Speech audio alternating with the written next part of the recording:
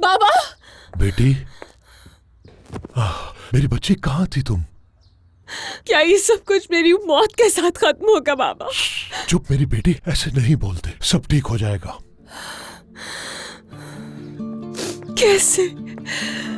ये सब मेरी गलती है। नहीं मेरी बेटी, तुम क्यों सोचती हो ऐसा? मत सोचो, इसमें तुम्हारी कोई गलती नहीं है। सारी गलती इसमें सिर्फ मेरी है, क्योंकि मैंने उस इंसान पर भरोसा किया जो भरोसे के लायक ही नहीं। लेकिन अब मैं वादा करता हूँ तुमसे, मैं सब कुछ ठीक कर दूंगा, तुम बिल्कुल परेशान मत हो। हम अपने घर जरूर आएंगे और असलान पे वालों को उनकी गलती की सजा जरूर मिलेगी।